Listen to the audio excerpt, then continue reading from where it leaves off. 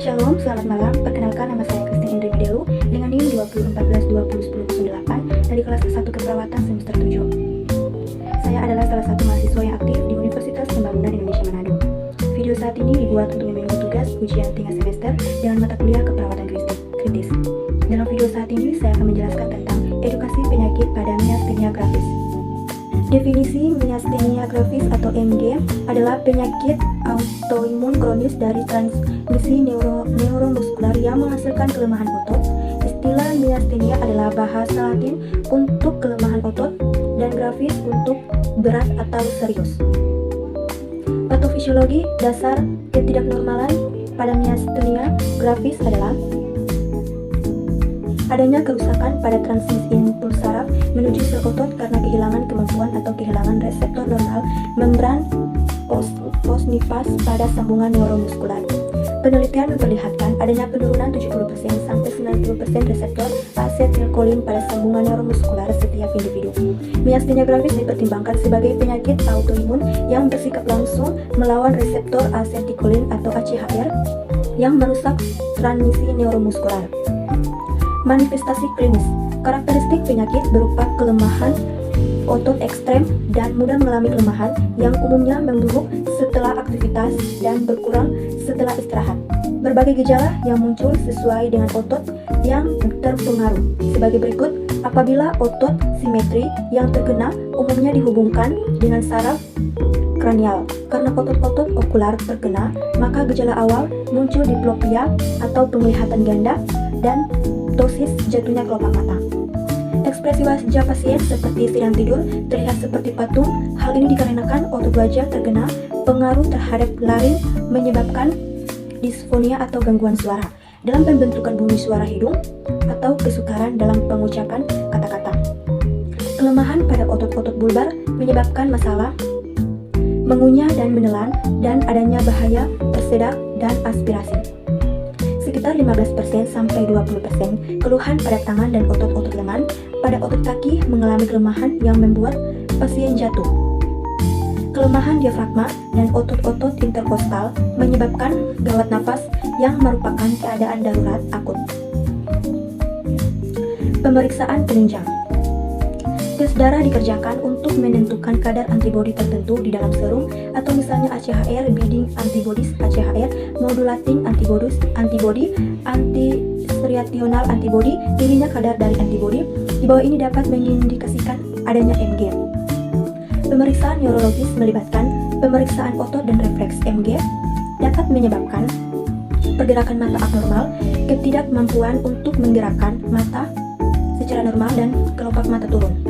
Untuk memeriksa kekuatan otot lengan dan tungkai, pasien diminta untuk mempertahankan posisi melawan resistansi selama beberapa periode. Kelemahan yang terjadi pada pemeriksaan ini disebut fatigabilitas. Fototoraks, X-ray, dan CT scan dapat dilakukan untuk mendeteksi adanya pembesaran timoma yang umum terjadi pada MG. Pemeriksaan tensilon sering digunakan untuk mendiagnosis MG. Enzim acetylcholinesterase memecah acetylcholine setelah otot distimulasi mencegah terjadinya perpanjangan respon otot terhadap suatu rangsangan saraf tunggal. Endoproponium klorid merupakan obat yang memblokir aksi dari enzim acetylcholinesterase atau MG atau EMG menggunakan elektroda untuk merangsang otot dan mengevaluasi fungsi otak. Penata laksanaan pada pasien dengan myasthenia gravis adalah periode istirahat yang sering selama siang hari untuk menghemat kekuatan timektomi atau pengangkatan timus melalui pembedahan. Pada penderita tertentu perlu dilakukan timektomi. Perawatan pasca operasi dan kontrol jalan napas harus benar-benar diperhatikan. Melemahnya penderita beberapa hari pasca operasi dan tidak bermanfaatnya pemberian antikolinesterase seringkali merupakan tanda adanya infeksi paru-paru.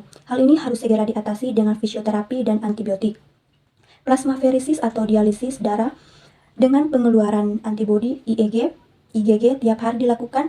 Penggantian plasma sebanyak 3-8 kali dengan dosis 50 ml per kilogram bb. Plasmaferesis mungkin efektif pada krisis miastenik karena kemampuannya untuk membuang antibodi pada reseptor asetilkolin, tetapi tidak bermanfaat pada penanganan kasus kronik. Terapi farmakologi antikolinesterase atau piridostigmin 30-120 mg per oral tiap 3 jam atau neostigmin bromida 15-45 mg per oral tiap 3 jam untuk memperpanjang waktu paru asetikolin di taut neuromuskular.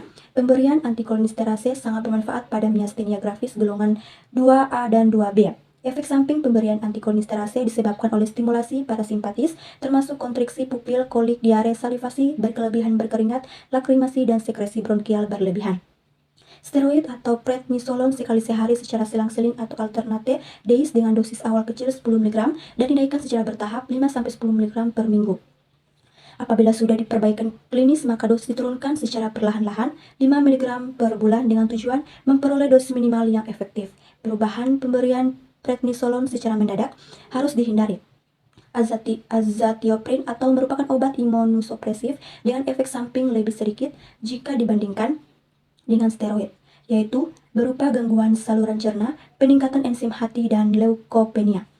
Obat ini diberikan dengan dosis 2,5 mg per kilo BB selama 8 minggu pertama. Setiap minggu harus dilakukan pemeriksaan darah lengkap dan fungsi hati. Sesudah itu, pemeriksaan laboratorium dikerjakan setiap bulan sekali. Obat antiinflamasi untuk membatasi serangan autoimun. Komplikasi miastenia gravis dikatakan berada dalam krisis jika ia tidak dapat menelan, membersihkan sekret, atau bernafas secara adekuat tanpa bantuan alat-alat.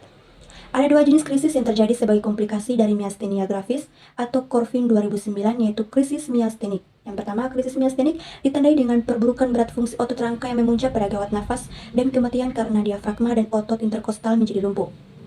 Dalam kondisi ini dibutuhkan antikolinesterase yang lebih banyak. Keadaan ini dapat terjadi pada kasus yang tidak memperoleh obat secara cukup.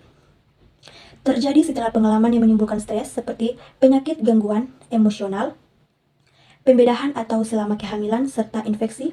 Tindakan terhadap kasus ini adalah kontrol jalan napas, pemberian antikolinesterase bila diperlukan, obat imunosupresan, dan plasmaferesis bila pada krisis miastenik pasien tetap mendapat pernafasan buatan atau respirator.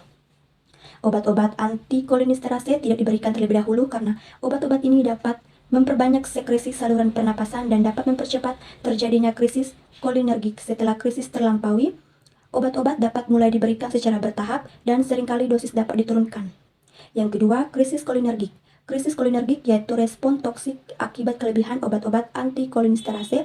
Hal ini mungkin disebabkan karena pasien tidak sengaja telah minum obat berlebihan, atau mungkin juga dosis menjadi berlebihan karena terjadi remisi spontan. Golongan ini sulit dikontrol dengan obat-obatan dan batas terapeutik antara dosis yang terlalu sedikit dan dosis yang berlebihan sempit sekali. Respon mereka terhadap obat-obatan seringkali hanya parsial. Status hiperkolinergik ditandai dengan peningkatan motilitas usus, kontriksi pupil, bradikardia, mual dan muntah, berkeringat, diare, serta dapat pula timbul gawat napas.